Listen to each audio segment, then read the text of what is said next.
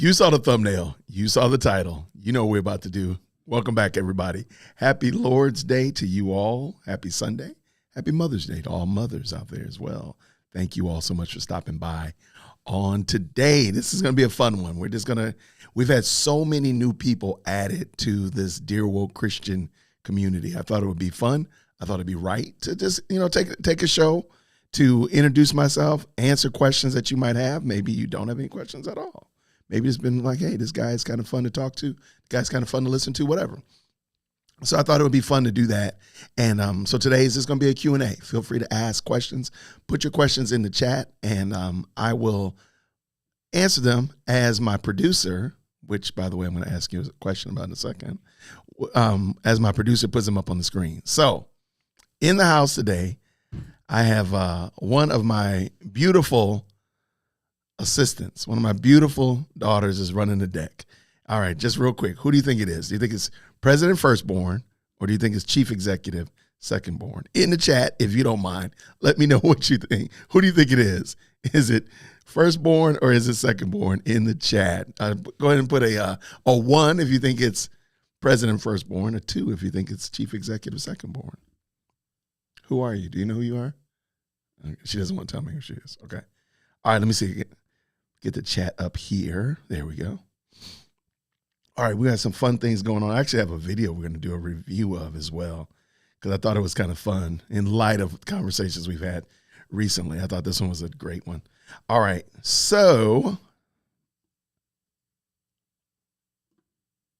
sorry, I'm trying to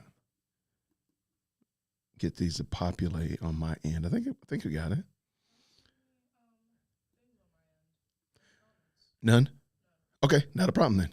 All right, so let's go. You want to do the video? You ready? All right, so real quick, before you go too far, don't hit it yet. So the Babylon Bee has been known to do some of the best parodies and satire out there. And if you're not familiar with the Babylon Bee, I'll just explain very quickly. It is a Christian website that makes mockery and satirical videos about various and sundry topics. Well, this one right here, I think is just, it definitely covers all the gambit as it relates to woke Christians, because it is about woke Jesus. All right, you ready? All right, let's go. Let's do it. Nice. I'm not sure if this might interest you, but people ask me, how did you lose? If anyone slaps you on the right cheek, turn it off with the other also. Unless they're a Republican. You can feel free to punch them in the face. I just think this is such a great example of how we take Jesus' words, we take the scriptures, and we will fine-tune those things. We will twist those things into a pretzel in order to fit our own ideas and such. So let us continue. Keep it rolling. Great job. Yeah, I know it's Mother's Day. Why is it not showing up on my end, though? Well, give me a second. We're going to finish this up, and then we can. For some reason or other, I don't see the questions on my end, though. Okay. Yes, please. I'm sorry. Continue. Let the children come unto me, and do not hinder them, unless they might be born into poverty, or they might be an inconvenience to your party lifestyle. In that case, feel free to murder them in the womb. Wow. What a stinger. What a stinger. How many times have we heard Jesus would accept, Jesus is okay with, Jesus would condone the destruction of small people just because it doesn't fit what we want to do. And we've made Jesus, we've created a Jesus in our own image that actually supports that idea. All right, let's keep it rolling, my friend. Haven't you read that in the beginning, this is God hilarious. created them male and female, and genderqueer, femboy, trans man, trans woman, two-spirit. You don't even have to stop. You can keep it going. That thing is going to get funnier and funnier. Heard that it was said, hate your enemies. But I say to you, this is correct. And here's a handy little chart to help you understand who your enemy is based on Marxist intersectionality theory. I'm sorry, people don't like it, but it's the truth and the reality. What we're looking at, we are, dare I say, waist deep in Marxist conflict theory played out in 4K. That's what we're in right now, where everything is somebody's your enemy no matter what. You're always at odds with somebody. You're always at odds with another group or people or person, whatever. Were you about to say something, Pumpkin? All right. Let us roll. As the Lord was setting out on a journey, a certain young man approached him. Oh, my Lord, what must I do to be saved? Be less white. No. Well, there you go. But the man went away sad, for he was very white. I mean, come on. I mean, how many times have we heard that? We've heard that all the time. So let us continue. Great job, Babylon Bee.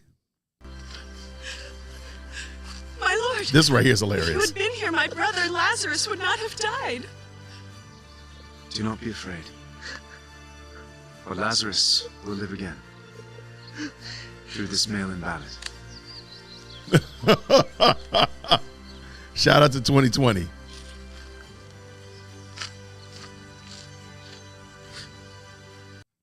Come on now, y'all got to admit, that was ridiculously funny. Come on, the mail-in ballots. Come on, shout out to Chicago. Shout out to you. Keep it rolling, buddy. Bi-gender, non-binary, demi-boy, omnigender, pangender, xenogender, someone who identifies as a large ornate building. Why'd you stop? I'm the way, I'm gonna pick this one up right here. the truth, and the life.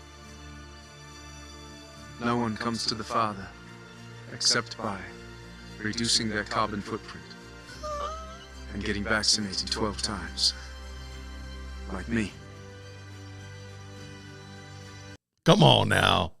You know that's ridiculous because we heard that. We heard that. The carbon footprint. I literally heard somebody talk about that yesterday.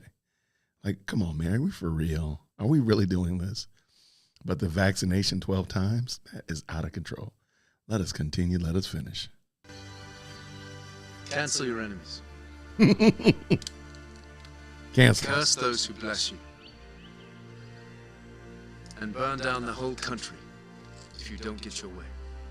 Tater-tot gender, ghost boy, tri-spirit, weather gender, transfemme, polyfluid, dolphin man, yodel boy, Goomba sexual.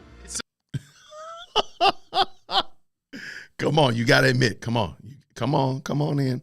Come on. You know that's hilarious because you know that's what they sound like. You know it is. You know it is. Let's keep it going. Let's get finished. Miracle. Jesus has multiplied the fish and the loaves. No, my son. I've merely stolen it from that village over there. It's called wealth redistribution. Wealth redistribution, Pretty baby. sweet, huh? Nice. There you go. That thing is hilarious. Shout out to Babylon Bee, man. This thing right here. They hit it right on the nose, right on the button. And notice also, instead of having 12 disciples, they have one white man, one black man, one white woman. I mean, they totally mess up the entire story.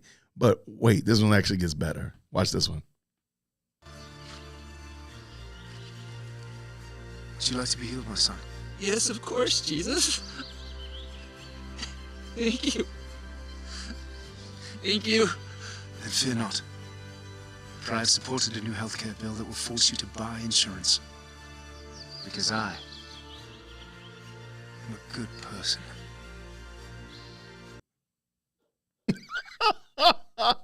So don't actually provide the service. You actually just have the government take money from somebody else to provide said service for somebody. And then you claim yourself to be a good person. Shout out to the good people in the chat. Oh, by the way, for those people that just popped in, tonight we're just doing Q&A. So we're welcoming any kind of questions and such like that. I'll do my best to answer them as best I can. And I also have a producer on the desk. So the question is, who is the producer on the desk tonight? Is it President Firstborn or is it Chief Executive Secondborn? Put a 1 in the chat if you think it's what in the world? Oh, my goodness. Put a 1 in the chat if you think it's President Firstborn. Put a 2 in the chat if you think it's Chief Executive Secondborn.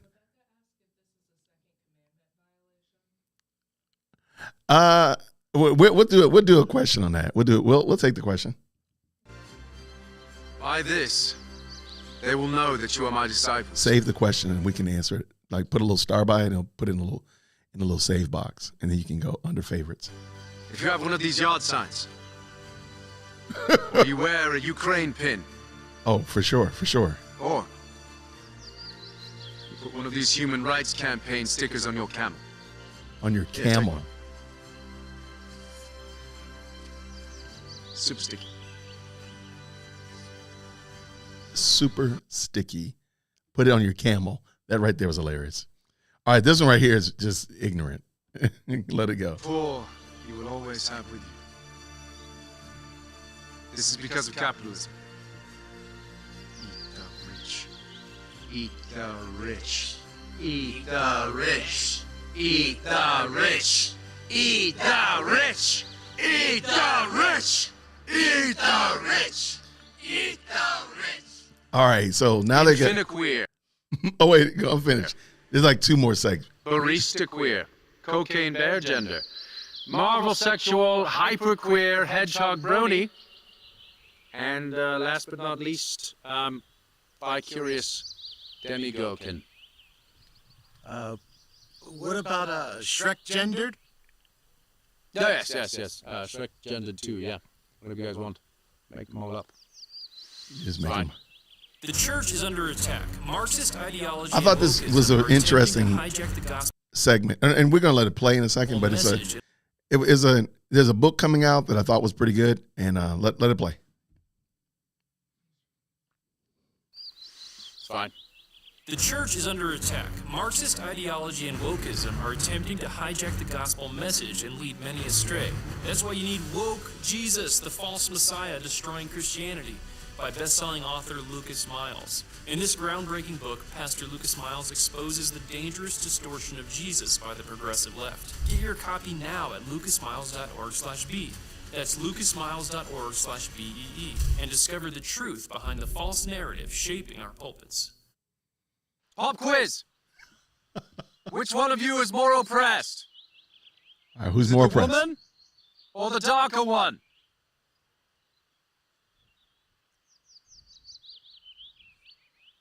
That is correct.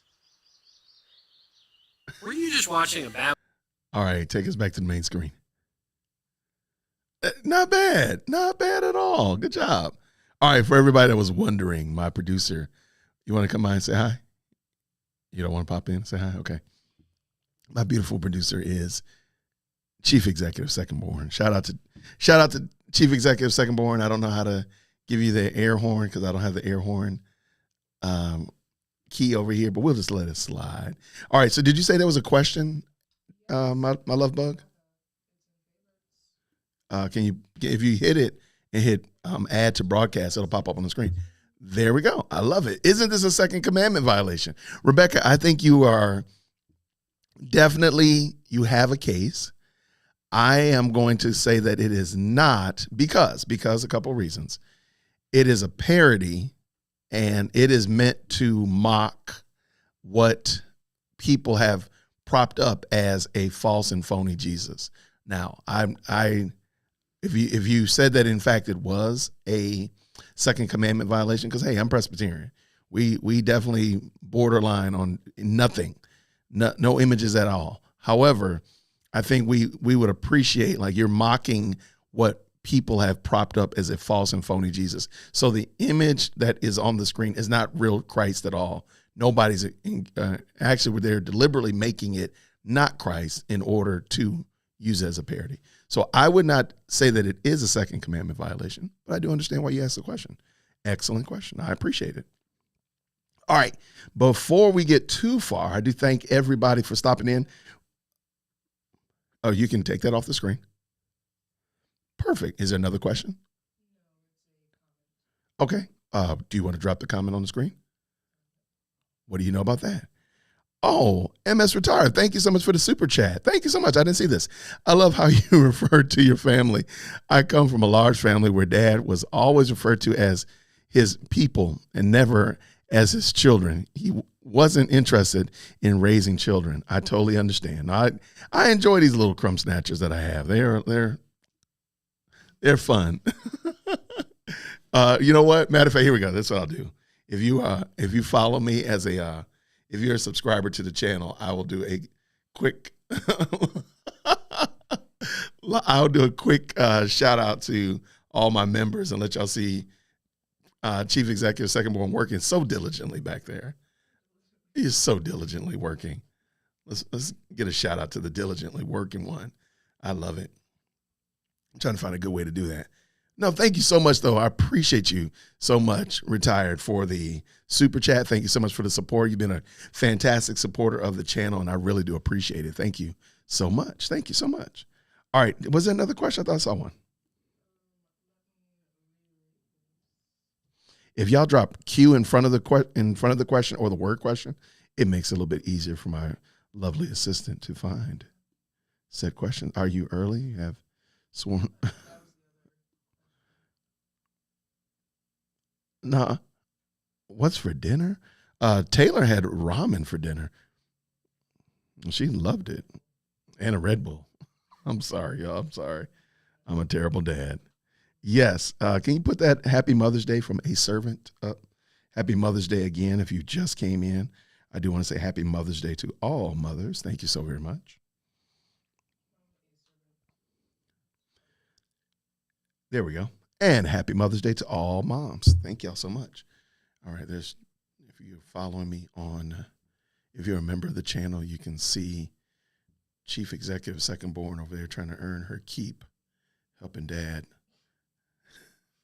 She got that DJ look. She got that DJ flair. I love it. All right, so I'll drop that in there for all those persons that follow me on Dear Woke Christian. All right, let's see what we got. Any other comments? Jump in.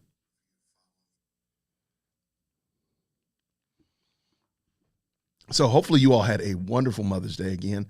Shout out to all moms. Well, thank you so much. How would you direct someone to restore faith? I think that's a fantastic question. And you also asked a question, or you made a comment about the studio. So thank you so much. I am one of the people. Thank you so much. All right, let's go with the idea. I'm going to start building a profile, if you will. So I am a person that maybe was raised in a church environment.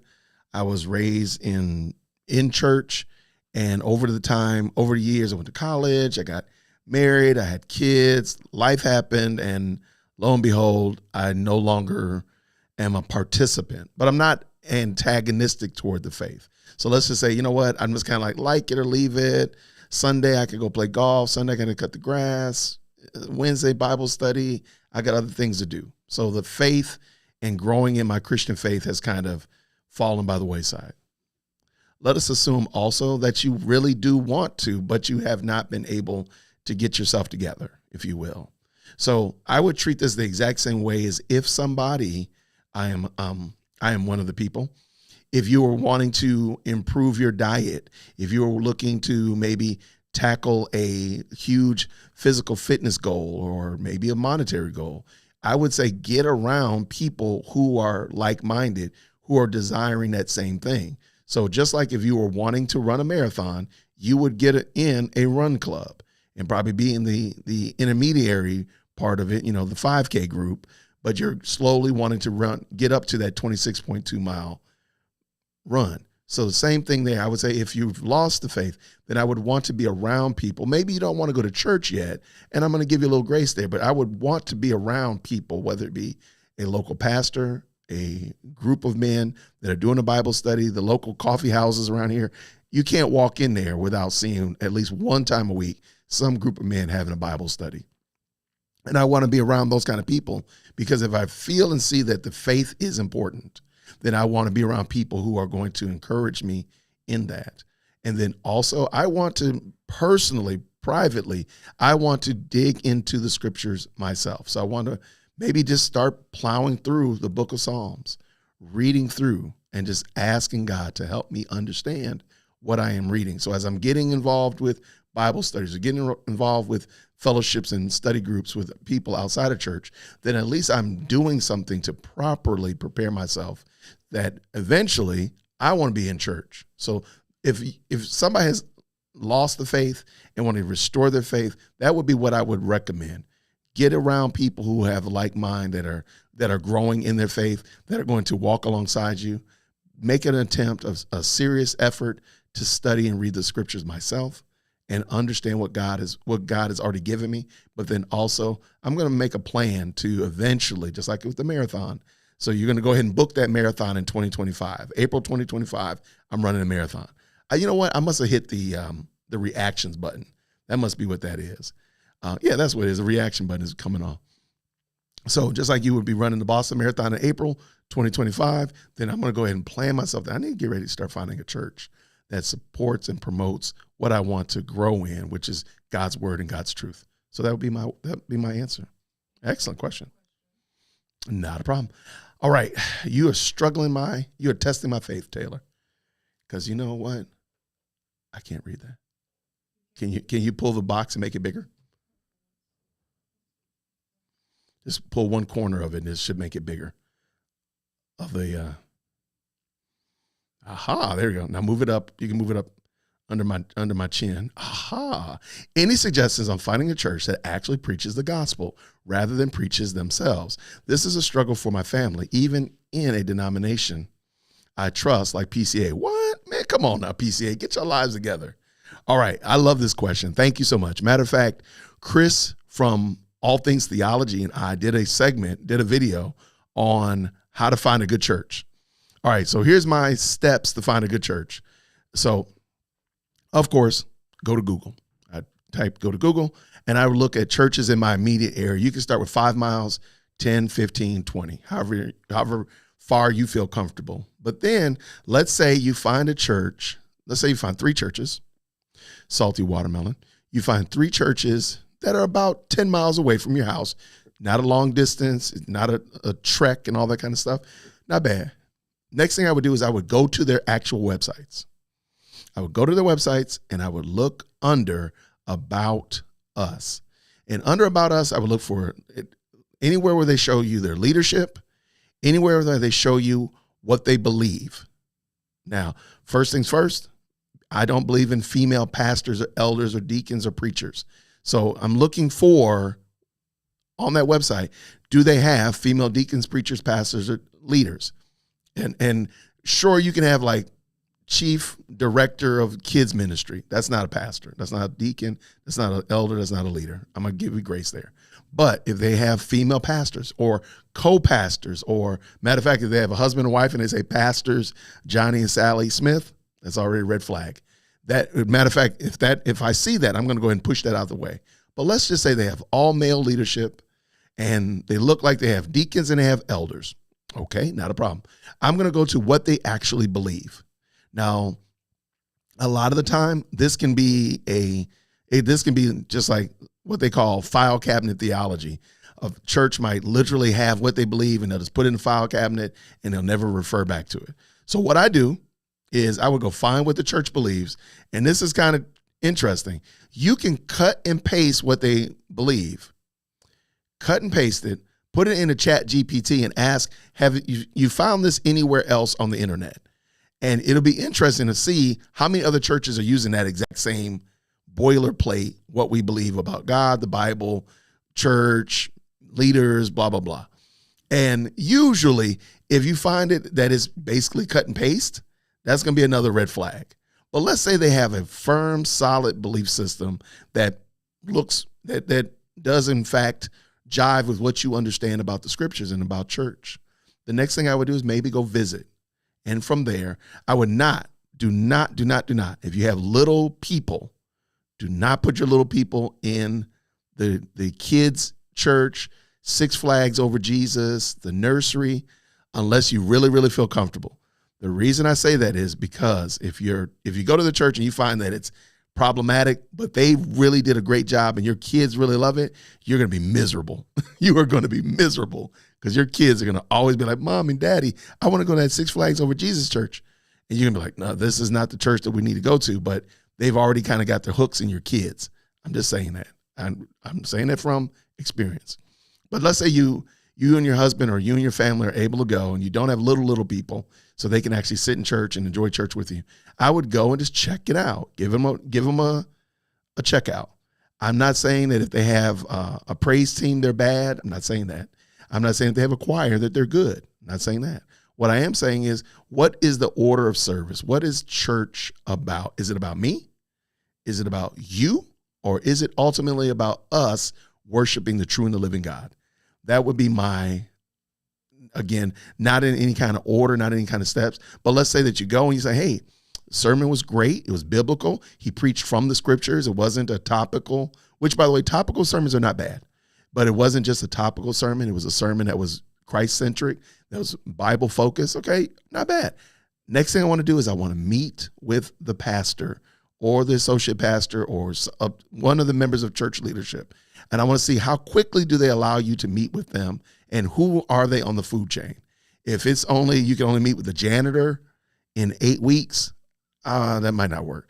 If you meet with the pastor or associate pastor, in 2 weeks, that might be a good look.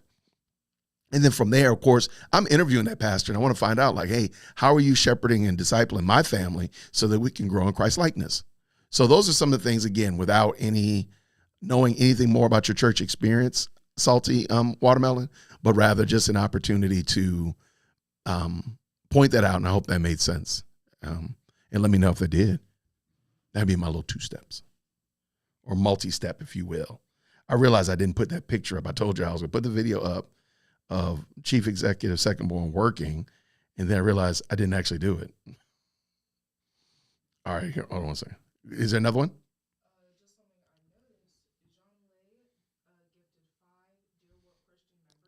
What? You're correct. Can you put that on the screen? Shout out to. Thank you so much. Who is that did that? Jean Lay. Everybody, thank you so much for blessing them. Thank you very much for that. All right, y'all, thank you so much, Jean Lay. I appreciate it. If you got a membership from Jean Lay, there it is right there. I see it now. If you got a membership from Jean Lay or Jean Lay, can y'all please put Jean Lay or Jean Lay in the chat? Say thank you so much. As a good friend of mine likes to say, we're Southern here. We got hospitality. We got good manners. We want to say thank you so much. Appreciate you. You got another question? What is that question, my love bug?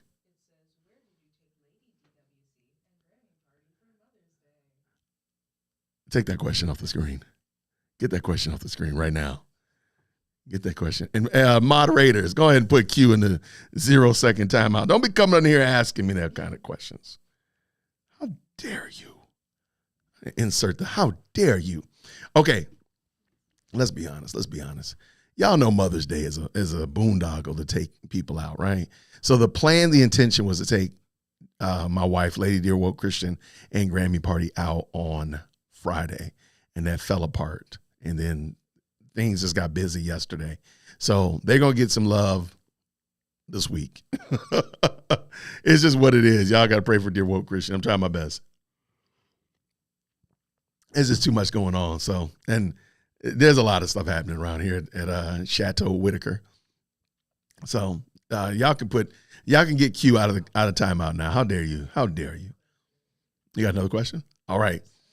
Do you think it's okay to have graven images in church? Absolutely. Positively. Unequivocally. Let me see other kind of words I can come up with. No, absolutely not. There's no room, no place, no space for images in church. And truthfully, in my estimation, it creates more problems than it solves. There is not a reason that I need to see a image of Jesus. For what? What is the purpose of it? It's only going to cause confusion. It's only going to cause issues later on down the road. No, and there's no reason to have a winged cherubs or none of that. There's no reason for it. There's none whatsoever. So my Presbyterian answer is absolutely No, there's no reason for it at all. And that's we don't do iconography anyway. It just creates more problems. And nobody can tell me that it doesn't make anything better. Having a picture of Jesus on the cross. For what? Why do you need that? Isn't he off the cross? What's the purpose of it? Why do you need that? Because it only creates more issues. Nope. There's no reason for it. And I'll say it again, no.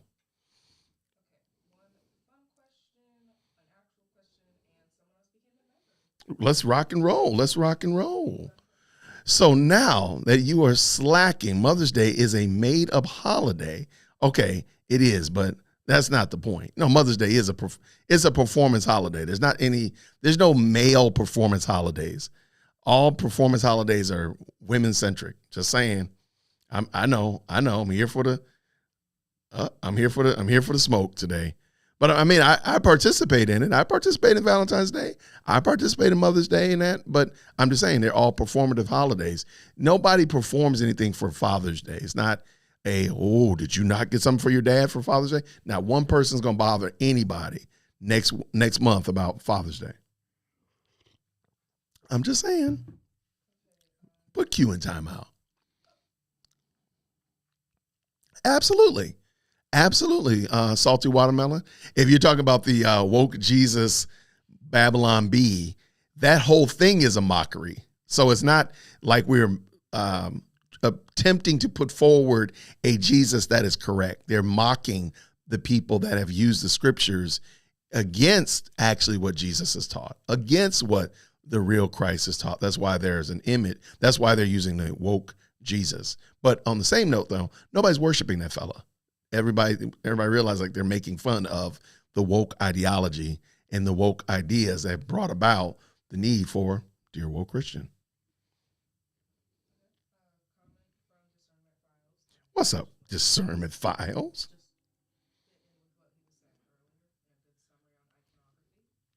If I had my son die, I wouldn't want to see it either. Okay, well, there we go. I agree 100%. But on the same note, we don't need... And I always bring this up because a lot of people enjoy taking Daniel out of place. They like to take Revelation out of place and try to make Jesus look like me or something like that, a dark-skinned man. And at the same note, for what reason? And I always ask people, like, if we understand what Christ came to do, that's very well articulated in the scriptures because I believe it is very, very important. Why do you think it wasn't important, or why do you think God did not see fit to give us a description of what Christ looked like? Because it's not important. Because we are prone to worship, and we'll end up worshiping something that looks like us, or making it look more like us. And therein is the problem. Therein is the rub. And I am one of the people. Do you think they will continue to go after Christianity in America? Absolutely. Absolutely. Christianity is going to be faith non grata sooner than later, because at the end of the day, what Christ taught, the real Christ taught, is not what people want. And it's actually pretty much countercultural to what people want to do. So yeah, that's going to be a reality much sooner than later, sadly. Great question, by the way. What do you think about Christmas?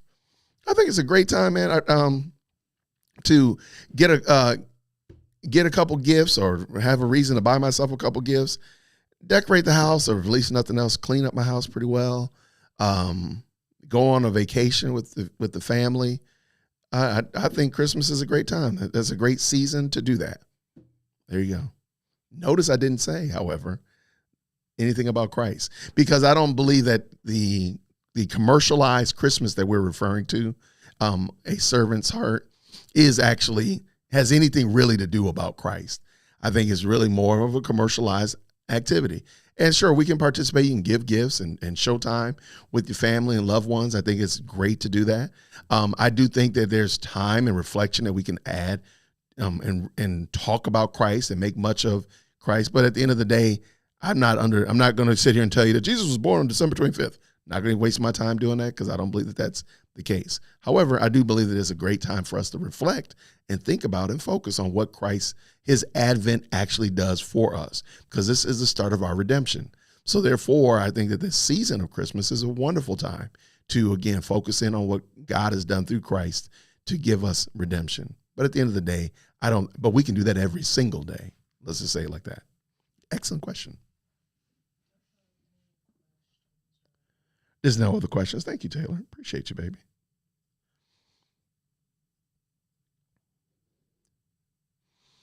I see some great shout outs. Again, thank you so very much for the Jean Lee. Thank you so much for the 5 memberships. Thank you so much. I see lots of people thanking you for that as they are contributors and beneficiaries of it. Outstanding. Excellent.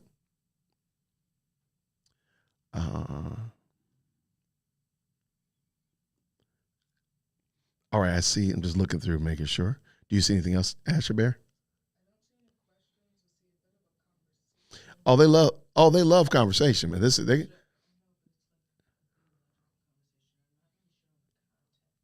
Okay, no, I see one right here. Nakia says, Jason, is there a link to your channel for your YouTube memberships? And I will drop that. And if you put that on there, I will drop that link in there in a second. Yes, and I will put it up there momentarily. Do you see it from Nakia? Y'all shout out Taylor. Y'all shout out Taylor, man. Taylor is doing a great job over here today. She was chomping at the bit to come help Dad in the studio tonight.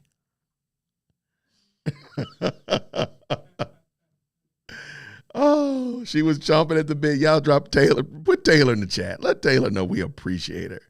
That's my girl. I love that girl. She's a great kid. I'm glad to have her in my life. All right, let me put this link in there. Oh, wait, did that wrong. And it should be in the description as well. If you look in the description of this video and pretty much all the videos, there should be a link in the description. And I want to say thank you to everybody that followed me on yesterday on our shenanigans down in the Atlanta University Center. That was a fun time. We had a great time.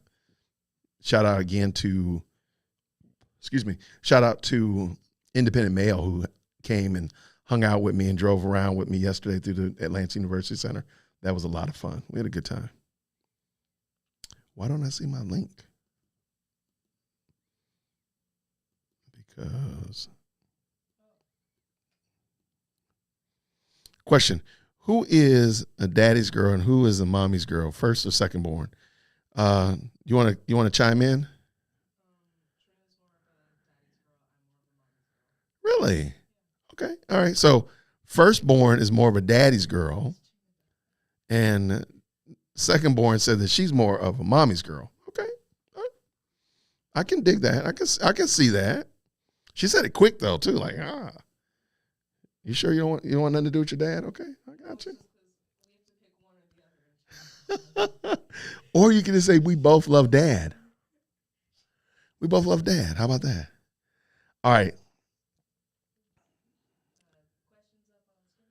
What would you be interested in doing a collaboration with a new YouTuber? All right, I'm sorry, let me back up. I totally read that wrong. Would you be interested in doing a collaboration with a new YouTube creator? Absolutely. I enjoy not only, I try my best to be a means to support other content creators, Christian content creators and such, because I know how much I needed help when I came on YouTube, and I know how much I've gleaned from others. So therefore, I have zero issue with supporting and helping other content creators. So if there's another content creator and they want to shoot me an email and it's something we can work together or some way we can find a way to help out. Again, like if you're all into monster trucks, I might just I might come on your channel and have a good conversation with you about it. But I don't know if I have a depth of knowledge on monster trucks, but who knows? Maybe I can read up on it. So anyway, yeah, absolutely. Shoot me an email, dearwokec@gmail.com. Thank you so much. All right, did I miss something? I see something from Kiana. Kiana's over here causing havoc. Could you drop the link in the chat, Kiana? Because I really can't. I don't see it. I don't know why I'm sorry, baby.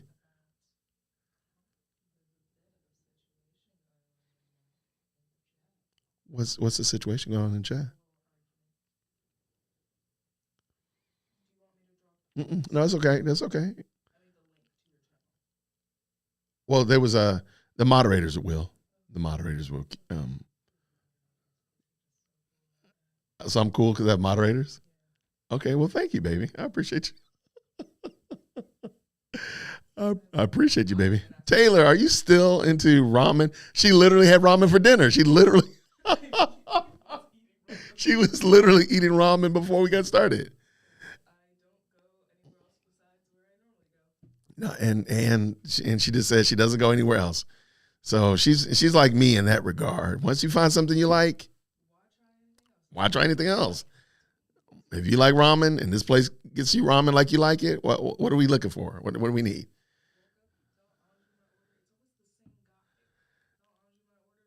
You know his name?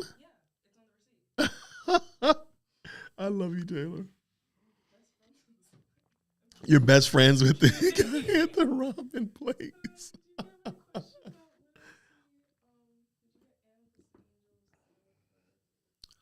Oh, my gosh. Well, what was it? I didn't see it. Did you get my question about literacy? I did not see it. I'm sorry. If you don't mind, Amethyst Angel, feel free to drop it again. Chief Executive Secondborn says she did not see it, but she's not dissing you. We just didn't see it. I'm going to look and see if I see it here, but I don't.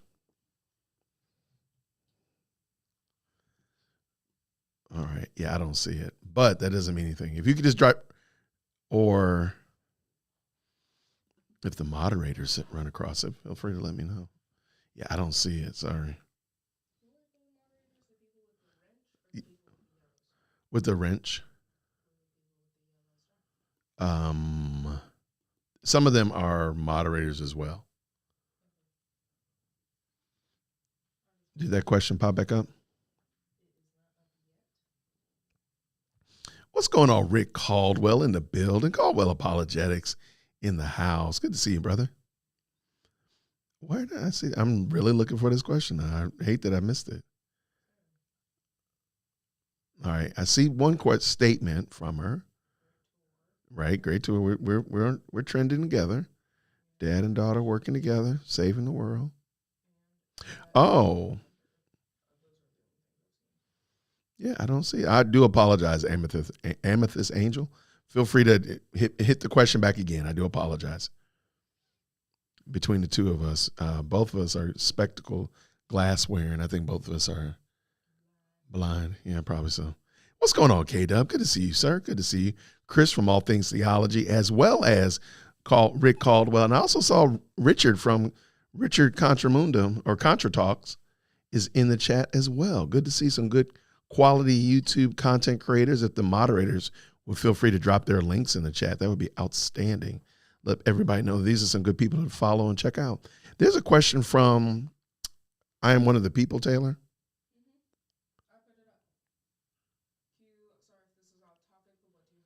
Oh.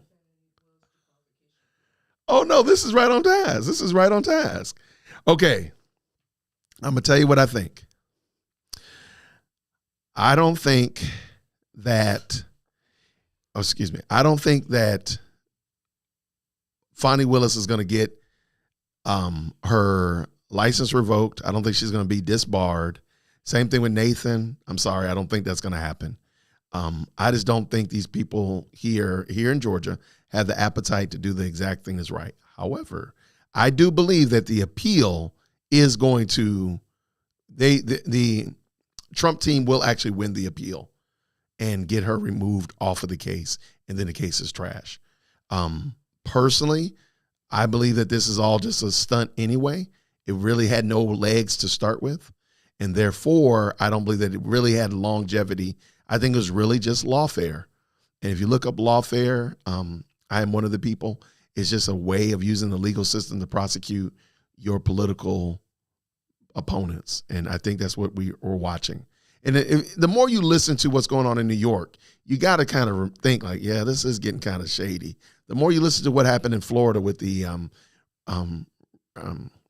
confidential documents, you're going to start thinking like, yeah, this is starting to smell of chicanery. So that's what I think is going to happen. I don't think she's going to lose her license. I don't think she's going to be disbarred. But I do think she's going to get subpoenaed by Congress, and I do think she is going to have to come and speak before the Georgia Senate committee on this. And but it's going to be just a complete kangaroo court. They're not going to do anything with her. They're just going to take the information and make sure that future DAs can't get away with what she's getting away with. That's my thoughts on it. Excellent question, though.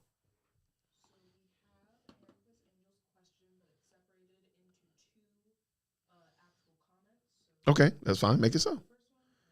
All right, I just watched a video about literacy among children and adults in America. Do you have a recommendation for children's Bible versions to encourage learning how to read and comprehend so they can, oh my gosh, study? She meant show themselves approved. Perfect. Go back to the original. Oh, go back. Perfect. All right. This is a great comment. I'm going to start with children because most of you may or may not know. I am a former classroom teacher, and I taught for 15 years, retired classroom teacher here in Georgia. Children's reading levels change and fluctuate. What really is important are the words that are in the book. So when you look at a book, if you're looking at a children's Bible, if you're looking at a young adult's Bible, it's not whether or not it has great graphics. It's not whether or not it's very colorful, whether it has, it's comic book style or anything like that. Look at what the words are. And if you can find the reading level of the book, you are really going to do a good job. Because the pictures, sure, they're captivating. They draw you in. But at the end of the day, what is actually being said in the kids' Bible, in the young adults' Bible, whatnot like that, what is actually being said? So I say children's Bibles, sure, again, what is the reading level? But then when we get to young adults, let's say those teenager Bibles, I actually don't like those teenager Bibles. Get them a real Bible.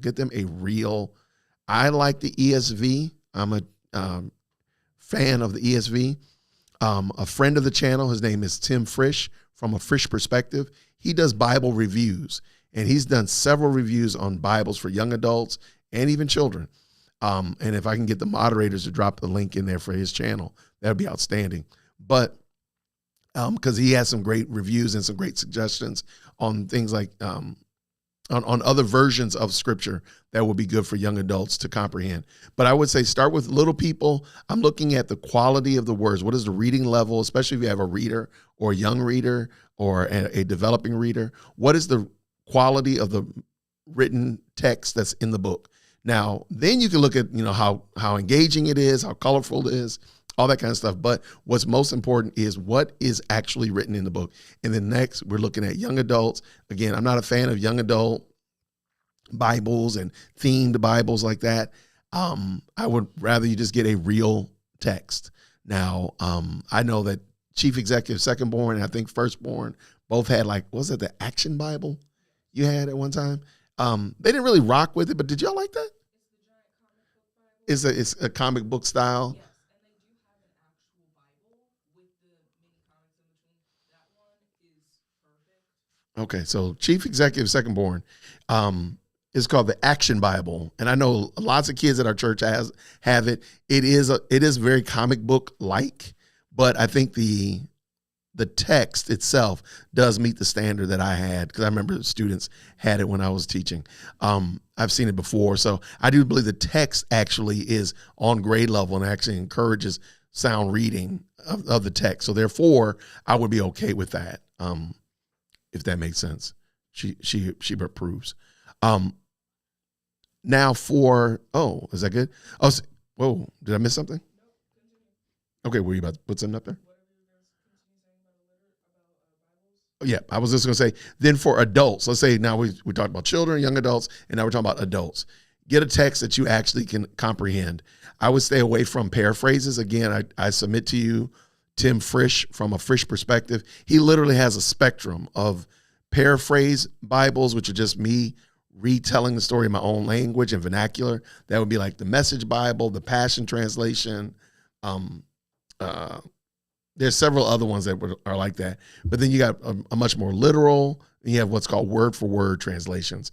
And you can find ones that really fit your style of reading and understanding. I don't think that King James is the only one. I don't think that the NIV is the worst thing ever. I think I like the ESV. ESV is perfect for me. But if you say, hey, I like the CTV, then I'm fine with that as well. Find a text that you can actually read and you will read. I think is really the biggest takeaway for me, if that made sense. Excellent question. Thank you, Amethyst Angel. Thank you so much. Suggestion and request. I would love to see y'all do a collaboration about broken homes, welfare, etc. None of the churches ever talk about it. Most of the issues we see in our community start at home. I agree with you 100%. I'm just trying to think. You know what? A servant's heart, you're correct. And I already got a team. So if you would shoot me an email, maybe this will get Chad Jackson out of his hole and he'll come by and actually he'll tap in on time. But I know he's talked about this topic. I would love to talk with him about it. So yeah, if you shoot me an email, I'll make sure that we make that happen. Maybe we'll get a little panel and have some good dialogue about that. I know some good people. So yeah, that'd be good. I like that. Do you approve of that, Taylor? Taylor approves of it. I love it. Jason, can we trust the appeals court of Georgia? I'm not sure after that stunt McAfee pulled. I got you. And I think that's a great question, Nakia. No, I don't think we can trust anybody. I trust Christ at the end of the day. But let's just say in the worst case scenario, the appeals court completely fumbles the ball and they side with McAfee. Trump's team has already said they're going to the Supreme Court. So this is never going to, again, see the light of day. We're going to be well into 2027 and they're still going to be talking about this stupid case. I don't think they have the legs for it.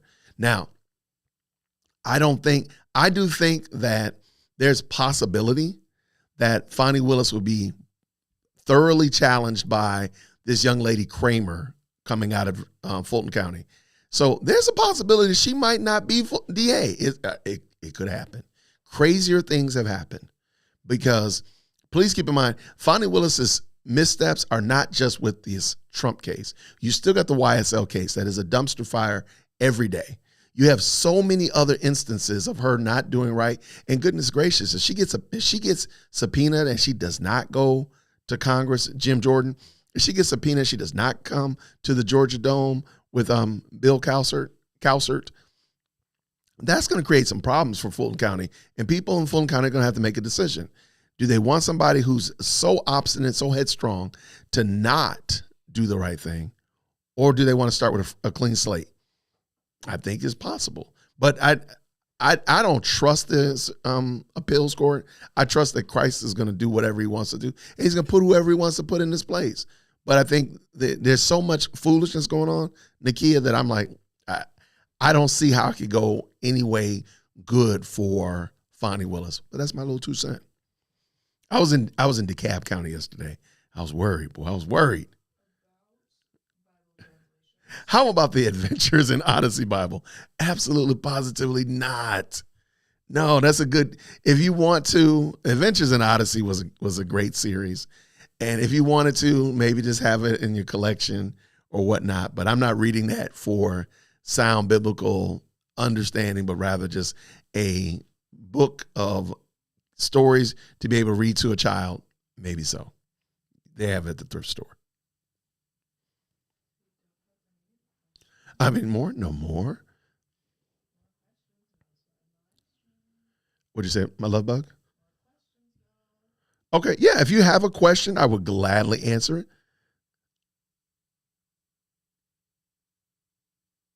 Oh, there's a question from OLCHICNOC. And he says, yes, dear woke Christian, that is precisely what I think about Fani. She'll get removed from the case, and that'll be the end of her being held accountable. Okay. There you got it on screen. I believe Fani Willis will be held accountable. I don't think that I'm going to say this again. I don't believe that the Trump case here in Georgia ever really had serious legs under it. I believe, and I've said this from early on in this debacle, that it was meant to fail. It's meant to fail. That's why I believe Fani Willis has been doing so many things that just seem counterproductive to the alleged success that she wants to have in this case. The case is meant to fail. It is meant to fail because all it is lawfare. That's it. And again, I'm a pre-K law student. I know nothing. All I've done is watch a lot of Law and Order and Suits. However, I can sit there and ascertain that you're not trying to win this. You're not trying to win this. You are trying to do something else. And what is that? Maybe it's obstruction. Maybe it's just slow down the enthusiasm, if you will, that Trump has generated. I mean, whether you like him or not, you got to admit the guy has great, he brings a lot of energy to the discussion, whether you like him or not. You don't see that same energy with President Biden. So, no, I totally get you. All right. Thank you, Taylor. Good job. Excellent question and great comment. I really appreciate you. I want to say that again. Okay. Can you take that down for a hot second? Let me, I'm going to come back to that in a second, though. That's a great question. Comment. Just put it in your favorites. Okay, perfect. I want to thank all of you all, because let me say it one more time. I'm going to probably say it 10 more times before the show is over. I really appreciate you all being a part of this live chat, the best live chat on the planet. I appreciate you all, your support, whether it be you watching videos, hanging out in the live chat, commenting, all of that. It means a lot, because at the end of the day, doing these type of videos and doing this type of content can be like daunting. You're like, man, like, does anybody want to see this? And then when I look up and see so many of you all that have liked this video, that have come into the chat, there's quite a few of you already in the chat, and it means a lot. So I do want to say thank you. I really do appreciate you all. It does not go without being noticed that you all take the time on a Sunday, on Mother's Day, to hang out with me, or whenever I'm doing a live stream. It really does mean a lot. So I do appreciate it. All right, what do you got here about the what do you know? What do you know, I think you said, about the ballot situation that is coming out about Fulton County? Okay, if you're not familiar, there's a lot of information coming out that there was some shenanigans, and a lot of us already knew this, shenanigans and hijinks that happened during the 2020 election. And they're starting to see, like, stuff that Trump was saying was actually true, that there was some problems, that there was some irregularities. It wasn't just all sunshine and rainbows and everything was right. He was just crazy for calling it out on the carpet. At the current moment, I don't believe that there's anything that's really happening. And what I mean by really happening, I don't think there's anybody going to go to jail. I don't think there's anybody going to say, yo, we really did bumble this up, so on and so forth. I do think that there should be, but I don't think that it is at the current juncture. So at the moment, I think it's more like a wait and see. But as we get closer to November, I think that's going to, what you're talking about here, I am one of the people, it's going to come up more and more. And I do think people are going to talk about it more as more things come up. Let's see what happens when I do this. There we go. That's a what? I'm good at this? Okay. You're judging me. Don't judge me, Taylor. Any other comment? Okay, put it up there. All right, question. I'm not talking about what sounds. I'm talking about plain old reading. How can we, as believers, encourage study of God's word? Oh, if they can't read, much less comprehend. I'm so frustrated. Okay. All right. I think Amethyst Angel is talking about, are we talking about children or adults? If children cannot read, which they can't, which is perfectly fine and understandable, little people are not able to read, then that be the case.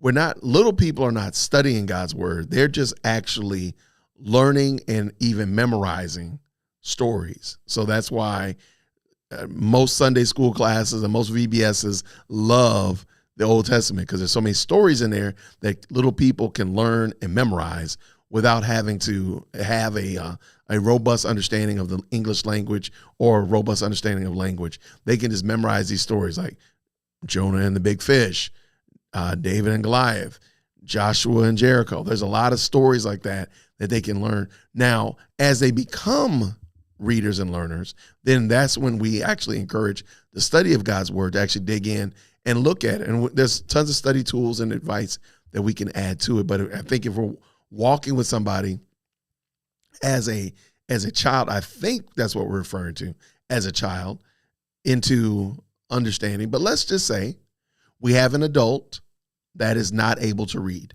Let's say we have an adult that is illiterate and he or she has not have no comprehension skills above third grade.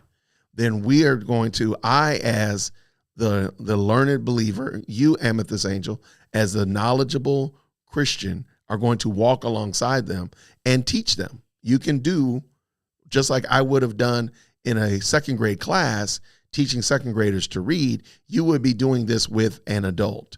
Because please keep in mind, early education in the United States was really to teach people how to read the Bible. Public education is fairly new, but education before public education was really just to teach people how to understand and read the scripts. So I would walk alongside them. So again, this is my Uncle Tom or my Aunt Sally. They've never learned to read. They are not literate. I am going to teach them to read the scriptures. And I'm using scriptures as my primer to teach to read. That's what I would do in that regard and help them understand the importance and the value of this so that, yes, I'm teaching you to read. And yes, you can now read a map or read a newspaper or read a magazine. But the real goal, the real blessing of me teaching you how to read is that you can read God's word and understand what thus saith the Lord. That would be my understanding of it. Amethyst Angel. Did you have another one?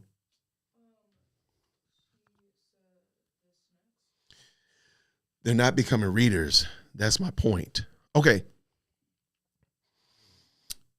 If they're not, so I would ask then if, let's say, if I'm understanding it correctly, and again, not trying to be obtuse if I don't get it, I do apologize if I'm misunderstanding your point. Let's say the person does not even care about the scriptures at all. Then in that be the case, then the reading of the scriptures and the study of the scriptures is going to become secondary. What I need to do is help them understand their position before God, that you are a sinner in the hands of an angry God. And that at this current moment, if your eyes closed for the last time, you would see Christ's face in judgment and not in peace. So therefore, I want to help them understand their situation. And I'm praying that God, the Holy Spirit, will convict their hearts, that they will be open and be regenerated in their hearts to even cry out for salvation. And then from their Amethyst Angel, I'm going to then, let's say the fact they realize I'm a sinner, I'm a wretch, I'm in trouble. Then therefore, I'm going to walk with them through the scriptures to help them understand what salvation is. And then more importantly, then added to that, the beauty and the wonder of what Christ has done for them through salvation. That would be how I would do it. What, something good?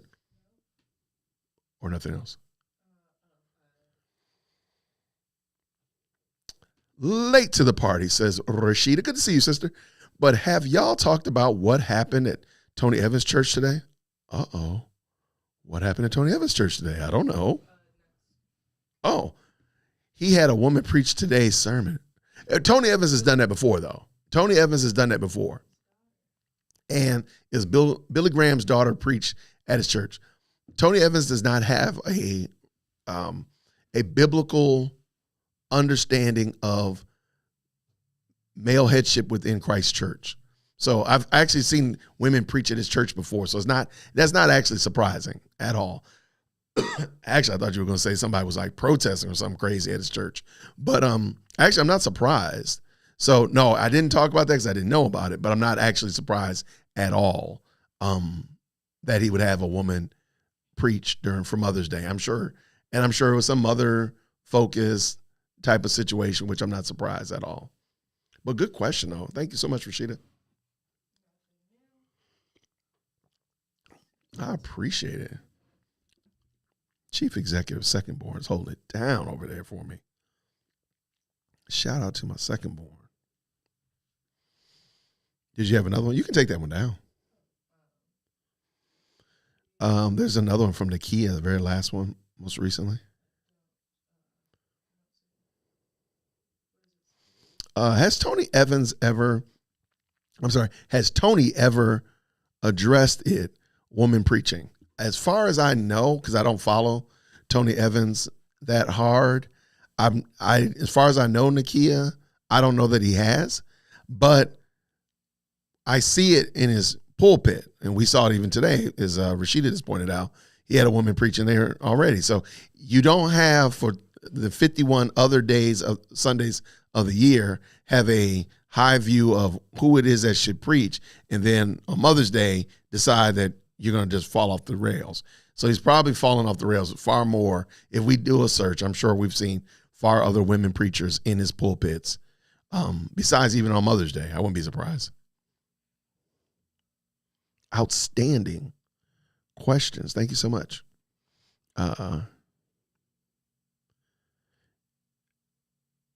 Somebody asks, is Tony Evans health and wealth? I don't think he's health and wealth, Tim. I think he's just bad theology.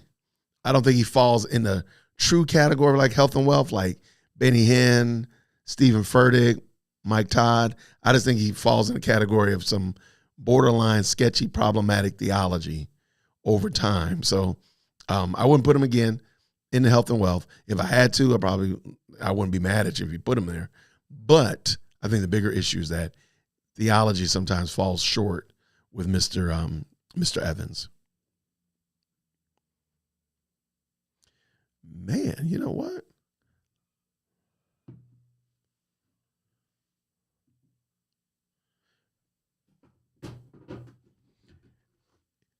May I ask, do you think there will be a lot more enforcement when it comes to this year's elections ballots? I think there's going to be a lot. Hold on one second. I caught myself not needing to plug my computer in, and then I look up and my computer is almost dead. I literally just changed it right before we went live. I said, I don't need this. And look up and the thing's almost dead. And that would be a problem. There we go. All right. I think there's going to be a lot. There's going to be a whole bunch of oh,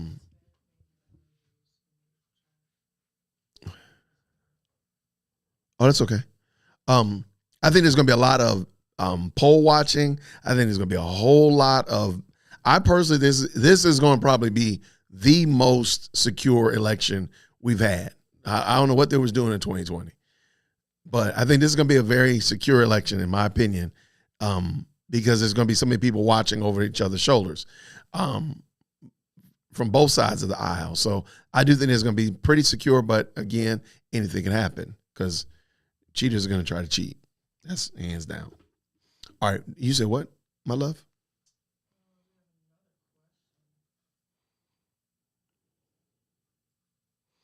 Man, who do you think Trump should pick for his VP?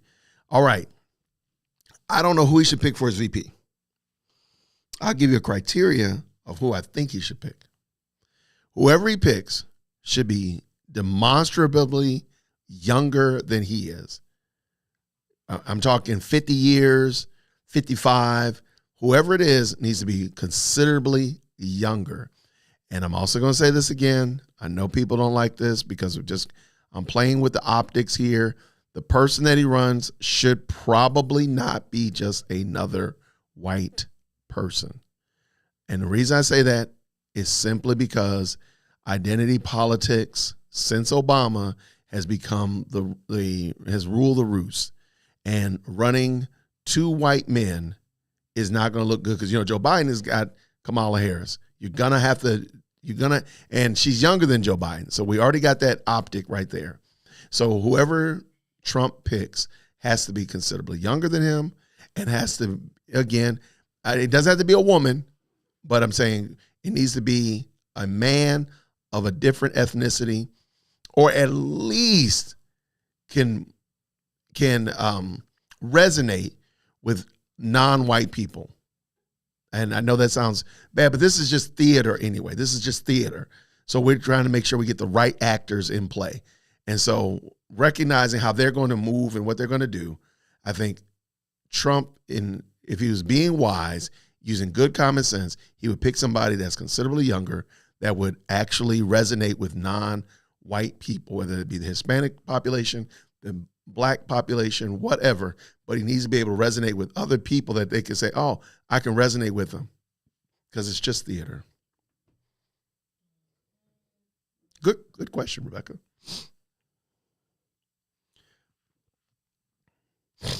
All right. Hope I'm not taking up too much of your time on these questions, but I have been waiting a long time to talk with you, so I do apologize. Thank you. Oh, no problem, man. What about Vivek? I like Vivek. I like him. I disagree with all of the, in my opinion, some of the low-tier dismissals of Vivek because his name is weird, because he's Hindu. Stop pretending like we're a Christian nation. Let it go. Let it go. Leave it alone. That being the case, I think Vivek represents, because again, whoever is your vice president, when you got somebody that's 70 plus, we're looking at who your vice president is going to possibly take your place. So therefore, when they see Biden, they're looking at Kamala like, well, how do I feel about her being the president?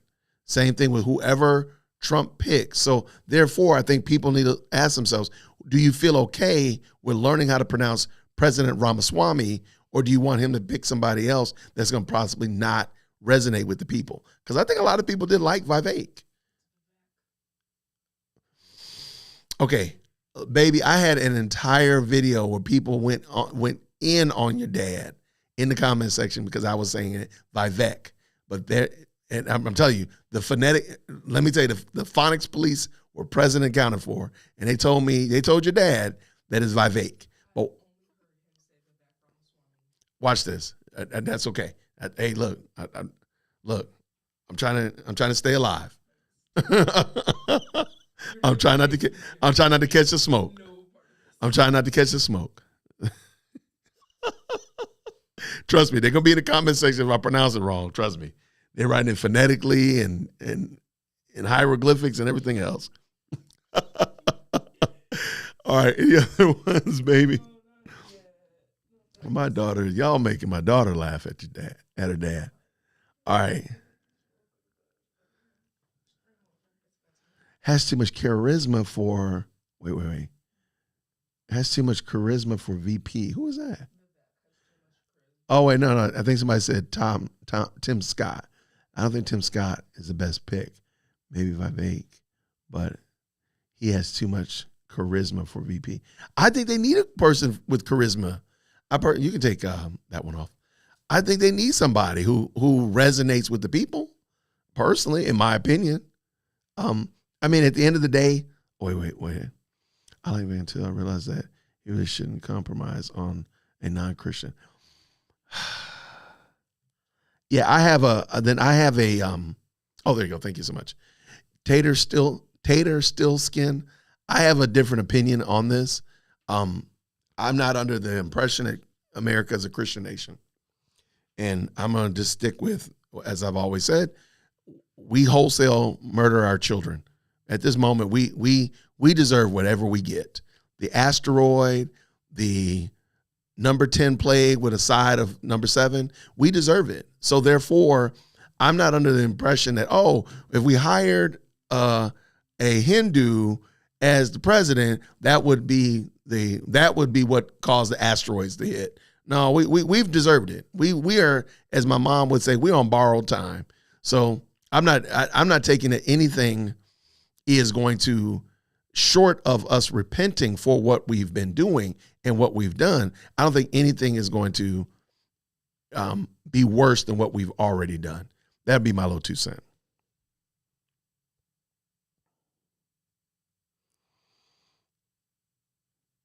Okay, I see.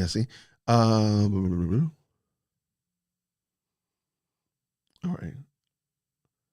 right, and I totally understand. I don't think that and hear me, Tater still skin. I don't think that you're wrong for that opinion and that position. That is a fine position. I think it's a reasonable position.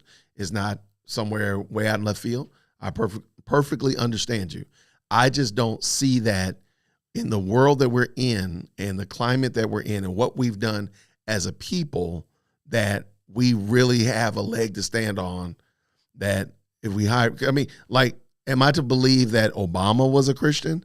I hate to say this. I hate to ask this question. Is Biden a Christian? I mean, really, like, let's just be honest. Like, right, like what is our, I'm sorry, I just don't think, I'm not going to, that's a hill I'm not going to plant my flag on, because I don't think that any of them are Christian. I don't think any of them are. And there's just entirely too much for us to parse through. So that would be my 2 cents there. But an excellent question, though, and a great comment, too. You got something else there, my love?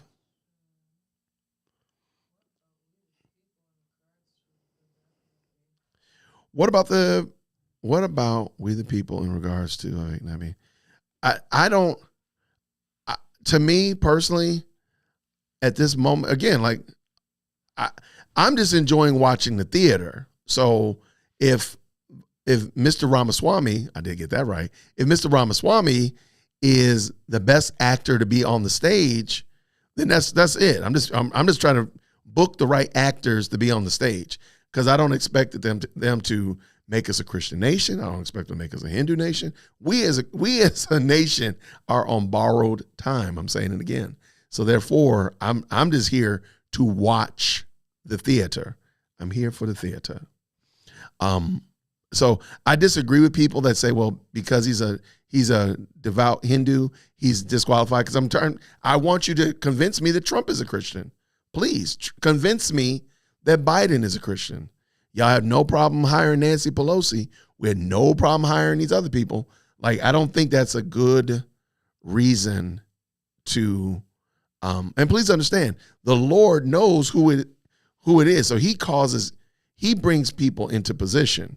So all we're doing is participating in the civil duty as an American to be able to vote for elected officials. So but God is the one that ultimately brings men and women into leadership and removes them. So at the end of the day, I'm just here for the theater. I don't know. I was just saying, is that okay? You don't like theater? The theater. I'm gonna get you a microphone over there. I promise you. I'm gonna get a microphone, and I can turn the camera around, and you can be on camera if you want to. Let you live, bro. What'd you say? Let me live, bro. I love you, Taylor. America is not the melting pot of the world. Is America not the melting pot of the world? Oh, absolutely, it's the melting pot. Absolutely. Absolutely. But at the end of the day, when I was a child, when I was a wee lad, the idea of America being a melting pot was that we were all sharing a common culture, which is American culture and American identity. Now, I think it's fair to say that we have a fractured identity and a fractured culture. And I think that's the big issue that we got to discuss. So, no, I don't disagree with you at all. And then America was a melting pot. It's just no longer a melting pot.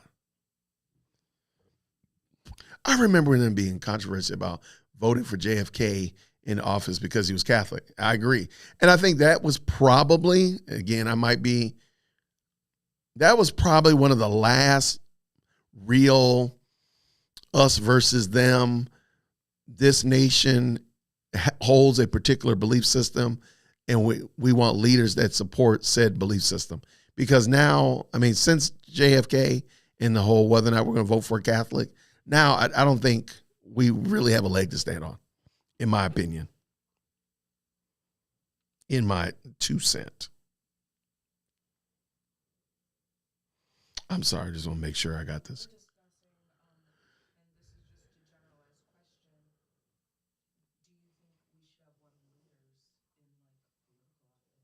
Should we have what?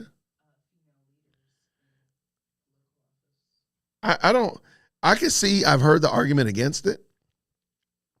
I've heard the argument. Somebody asked, should we have female political leaders? I've heard the arguments against it, but I don't think that we have that.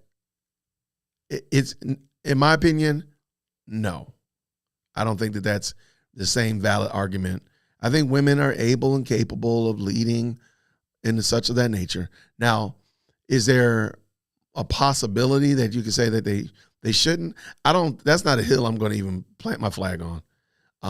I don't agree or see that they shouldn't participate in the leadership of a country or leadership of an organization or state or whatever like that.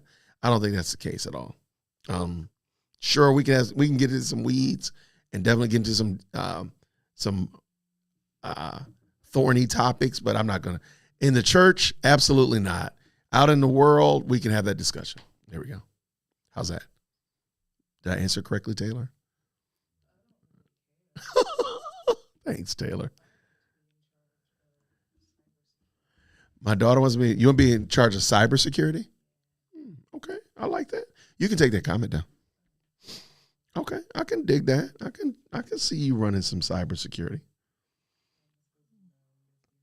Okay, you wild girl. All right, what do you see here? I see somebody said, yeah, now we're a tossed salad. I agree. Like, we're not a soup anymore. We're no longer somebody, I don't see where it was, but we are definitely a salad now. So do you see it? Somebody made a comment about, I think they're going off of what I said about the question was asked about the melting pot. And I said, now we're not really a melting pot, which was kind of like a soup or fondue. Yeah, there we go. We're a tossed salad. Absolutely. Got different ingredients that still stand out after mixing. That is it. Perfect, Amethyst Angel.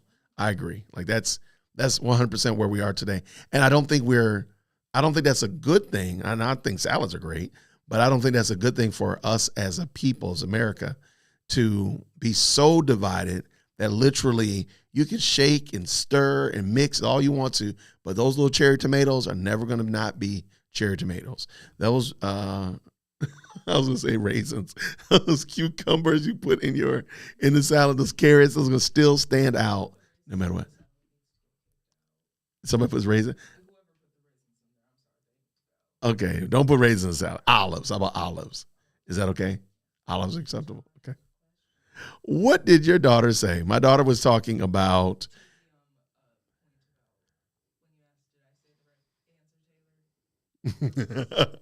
So Etod, she's running the booth back here, and she's making sure that I'm staying on task. And I asked her, did I give the right answer about women in leadership?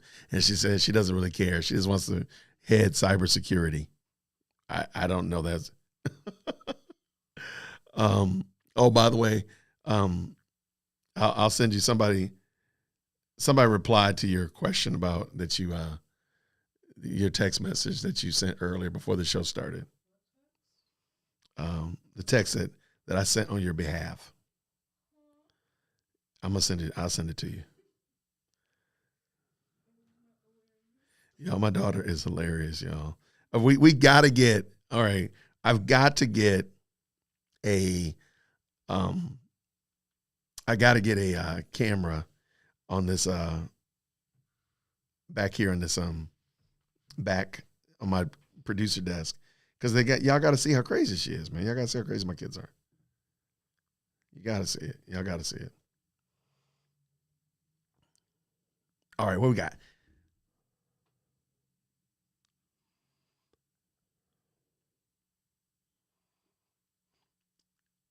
I think we got everybody.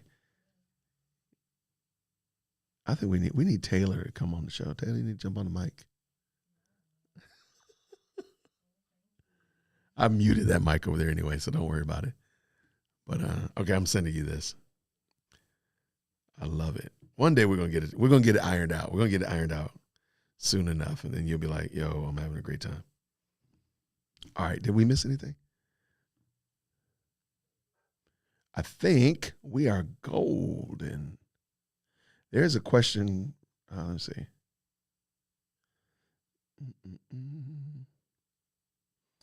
I think we got them all. I love it. Y'all, I appreciate you. I do want to say again, I'm hoping that this week I can nail down. Somebody asked about collaborations. I want to do some more interviews. So there's some people in this law space, this law tube space that I would love to get in contact with. I've heard back from a few people, so hopefully we'll be able to do that soon enough. And I was looking forward to telling you that I'll be going on so-and-so's channel or so-and-so will be coming over here. And I'm looking forward to that. I don't want to get too hyped up about it because I've gotten some good emails, but I've had those before and I haven't moved forward. I haven't heard anything moving forward on it. So I'm going to be patient, pump the brakes. But I'm hoping that this week I'll have some good, letting you know that we have some good collaborations coming up. But also, if you have relationships with other YouTubers, especially in the law space, so I'm looking at Nate the Lawyer, I'm talking about Viva Fry. If you have good relationships with other YouTubers in that law space, Phil Holloway, hopefully me and Phil will be doing something soon. But if you have relationships with them and you say, hey, do you know the Dear Woke Christian would love to work with you, and you shoot them an email, I would love a warm interview or warm introduction. Would be great. So I appreciate it. Did you see anything else pop up, my love bug? I appreciate it then. They are talking about this women in leadership. I don't know what to do about that one. All right. I just sent you that finally. I know I was like slow poking, but I finally got it to you. All right, let's see what we got. Is there one? Can you put up on the screen? Do you got one you want to put up? Oh, okay. There's lots of commentary. They love talking back and forth, which is great. I love it. All right, let's see what we got here.